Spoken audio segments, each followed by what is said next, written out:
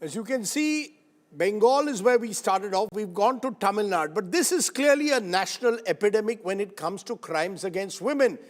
In the last just few days, reports from different parts of the country, from that brutal rape of a college student in Kolkata, a dowry death in Tamil Nadu, in Karnataka, a live-in partner has killed a woman, dumped her body in a garbage truck, and a 70-year-old woman tourist was raped in Jammu and Kashmir's Pahalgam in April. The case has now come to the court today, and a court in Jammu and Kashmir was compelled to say that Kashmir's natural beauty cannot sustain its appeal as a tourist destination unless the moral fabric of society is preserved. So it's not just happening in Bengal, it's happening across the country. It paints a troubling picture of violence against women.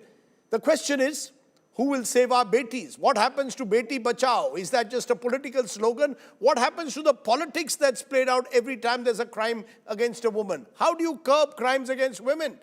Are tougher laws needed? What really will change mindsets? What really brings real change? We heard from Shashi Panja of the Trinamool Congress, its minister. Now let's widen it to other guests. Lalita Kumaramangalam is former chairperson of the NCRB, been associated with the BJP. Kiran Bedi is former IPS officer. I appreciate both of you joining us. Lalita Kumaramangalam, when you're seeing these stories play out across the country, is there fear that these stories get trapped in politics? And therefore, the real change which is needed in mindsets is not addressed. The BJP sends a fact-finding mission to Bengal, won't send one to Madhya Pradesh, which has, according to the State Assembly, 20 rapes a day. So I'm asking you now, do you believe that we need to shun politics and focus on changing mindsets?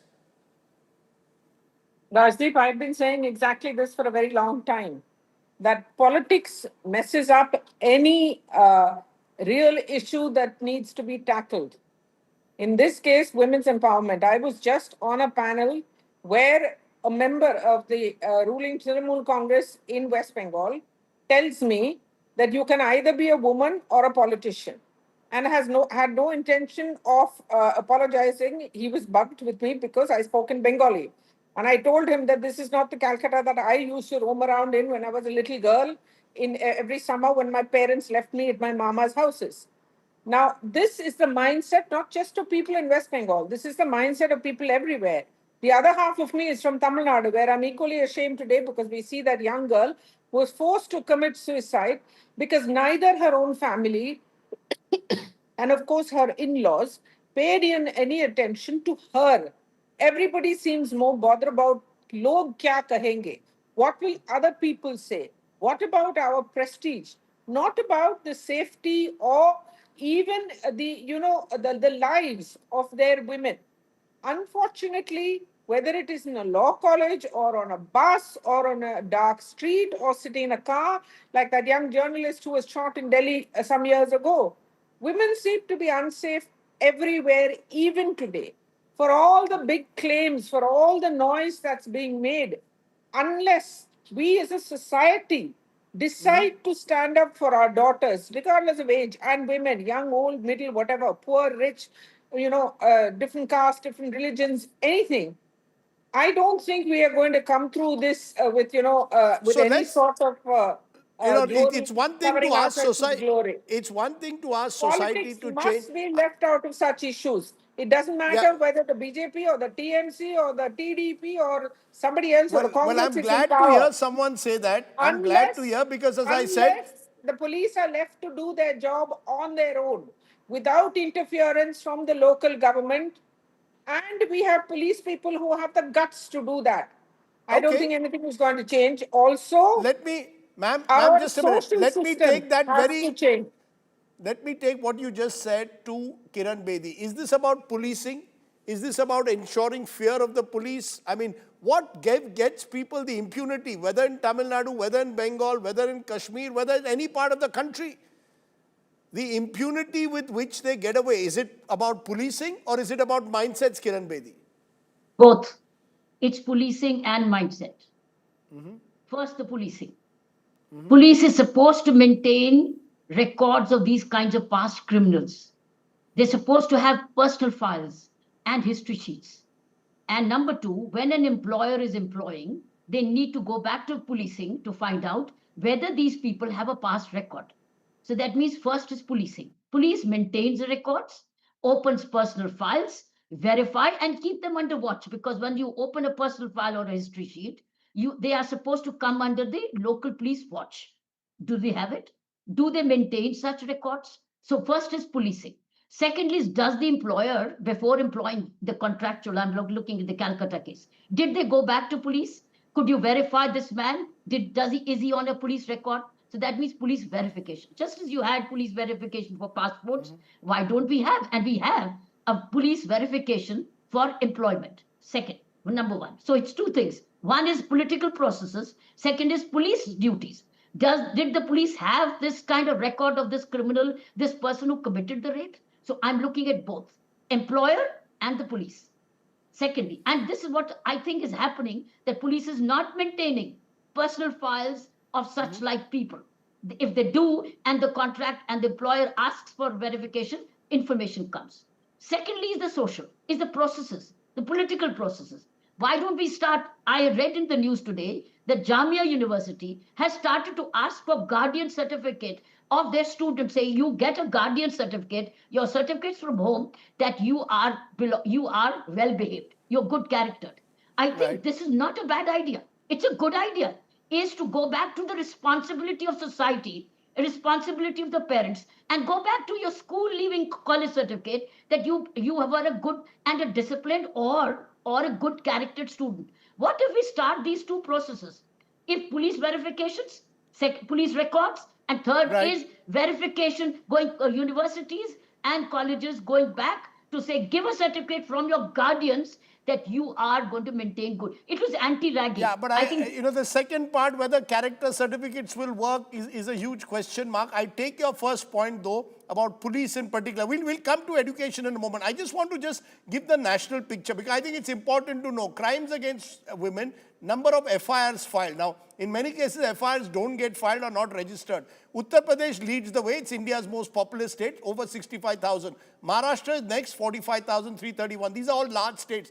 Rajasthan, 45,058. Bengal, 34,738. Madhya Pradesh, 32,765. A state where it was admitted there were 20 rapes a day last year in the state assembly. This is NCRB data.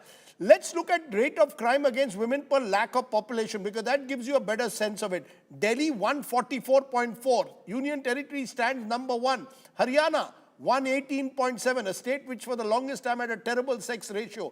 Telangana, more surprising, some would say, from the south, 117. Rajasthan, troubling, 115.1. Odisha, 103.3. West Bengal actually is 71.8. All India is 66.4. I put out that, Lalita Kumar Mangalam, because as I said at the very outset, this is a problem that cuts across BJP and opposition-ruled states. In fact, 4 of the top 5 states in total numbers are BJP-ruled states. Is that the worry, that because we've now taken crime against women not as a law and order issue, but a political issue, it's even more difficult to resolve? I agree with you there, Rajdeep. It is also a political issue, because today we have too many politicians. Even today, let me say, we have too many politicians, and they're not all always men, who have horribly, almost demagogic attitudes, patriarchal attitudes towards women. You yourself just quoted both these two politicians who are very popular and very well known, Madan Mitra and Kalyan Banerjee in West Bengal, suggesting that if women go out at the wrong times to meet the wrong people, I mean, almost implying that what do you expect?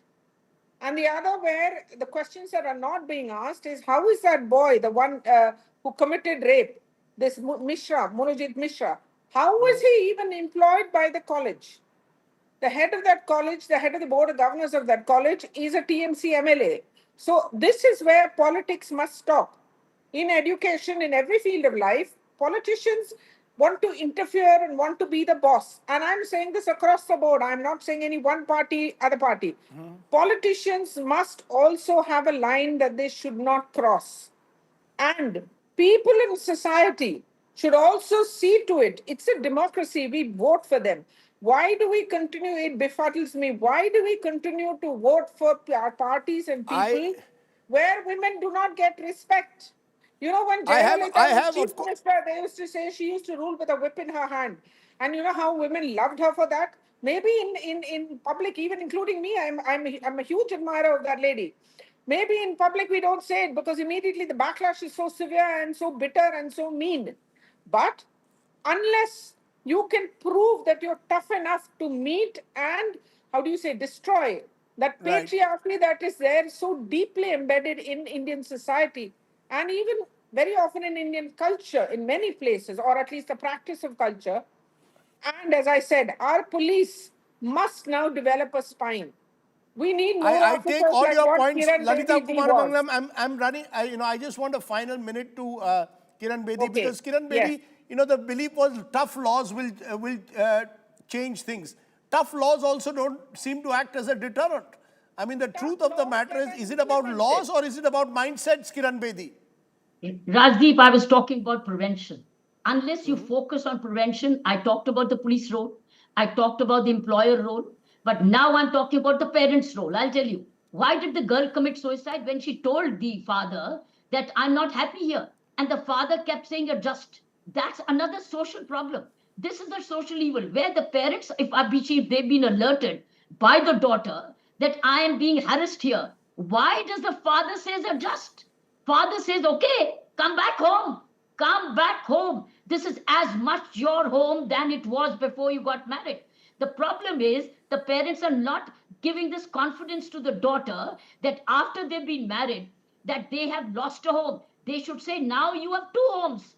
And if ever you are harassed, let us know. And not adjust. Go back to mediation. Go back to complaining. The problem is here. She's been driven to suicide because unfortunately she now did not, she knew the parents were very grieved and did not want to bother the parents. So I think that has to change. You are married, your home is, your door, Right. parental home is not shut, it's open. I, The problem is with the social culture, the social milieu. I think you make a very good point there, and I think Tamil Nadu exemplifies that, the social conditioning that needs to change even of parents in cases like this. I'm going to leave it there. I hope that these cases shock us enough into action. That's all that one can hope for, but I hope that that happens. Thank you both very much for joining me and shedding more light on the subject.